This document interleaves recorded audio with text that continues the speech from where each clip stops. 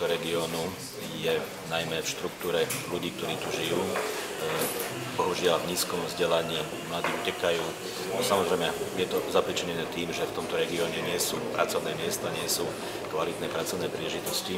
A prečo tu nie sú? Je to taký začarovaný kruh a roztrieť by sme ho mohli tým, že by sa urýchlila najmä výstavba infraštruktúry, výstavba tej južnej cesty, čo ale určite nebude jednoduché a nebude to zajtra. Preto vláda rieši problematiku tohto regiónu tým, že poprvé stále existujú investičné stimuly, stále je tu zákon o investičných stimuloch, ktorý smerujeme hlavne do tohto regiónu plus do niektorých okresov východoslovenských krajov. A existujú rôzne projekty. Ja spomeniem projekt, ktorý bol iniciovaný našim rezortom. To je projekt, ktorý pomáha vytvoriť starostom, primátorom miest pracovné miesta pre dlhodobo nezamestnaných pri protipovodňových opatreniach.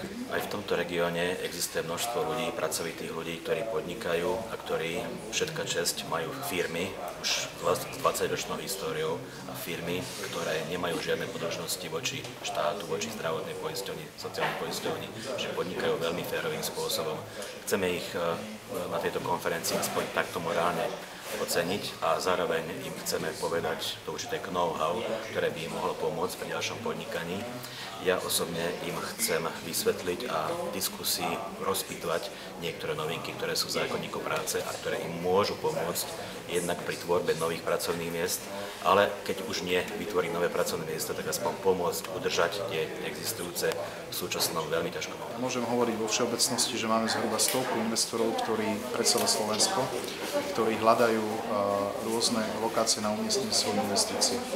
A za ministerstvo hospodárstva môžem povedať, že sme urobili maximum preto, aby sme investorov motivovali prísť do regiónov, ako je napríklad Rimavská Sobota, do regiónov, ktoré majú veľmi vysokú nezamestnanosť, a motivovali sme ich napríklad aj novelou zákona o investičnej pomoci, nariadením vlády, ktoré sme včera prijali a ktoré jednoznačne preferuje regióny alebo okresy s veľmi vysokou nezamestnanosťou. Synergizovalo rôzne problémy. Takisto iniciatíva Small Business Act je veľmi dobré vodítko, veľmi dobrý vlastne model, ktorý by sa v rámci teda Slovenska mohol uplatniť.